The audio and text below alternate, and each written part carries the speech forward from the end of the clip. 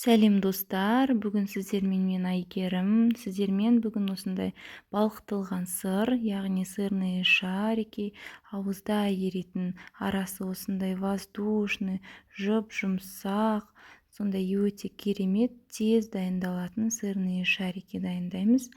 Ол үшін бізге осындай екі ақуыз керек, жұмыртқаның сарысы мен ағын айырып аламыз да. Оның үстіне кішкене шым-шым тұзымызды салып, осылайынан миксермен ақуызымыз осылай көпіршіктенгенше жақсылап айналдыратын боламыз. Көріп тұрғандарыңыздай ақуызымыз осындай болу керек, көпіршіктеніп. Оның үстіне осындай теркадан өткізілген, терканы майда көзінен өткізіңіздер, ірісінен болмайды. Менде мына жерде кома сыры өте керемет сыр. Қандай затқа қолдансаңыздар да керемет шығады. Кома сырын пайдаландым. Ақуызымызға салып, оның үстінен кішкене қопсытқышымызды салып, осылайынан илейміз. Кәдімгідей қамыр илегендегідей қолмен мұжып илей берсеңіздер болады.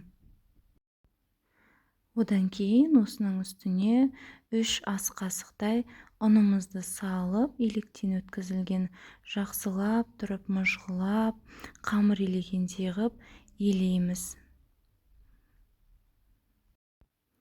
Дәл осылай видеода көрсетілгендегідей қолмен мұжып қаттылап илеуіміз керек, себебі бір-біріне бірігіп, ішіндегі ұндарымыз сіңу үшін бір-біріне бірікпесе, арасы дұрыс піспей қалуы мүмкін. Дәл осылай көріп тұрғандарыңыздай, дайын болған тестамызды осылайынан қолмен дөңгелектеп, кішкентай шариктар шығарамыз. Мінекей осылай менде осындай бірнеше шариктер шықты. Енді осылардың әр қайсысын осылайынан жеке-жеке әдемілеп ұнға аунатып аламыз. Мінекей достар, менде осындай бірнеше шариктер шықты. Сіздерде осылай жасасаңыздар болады.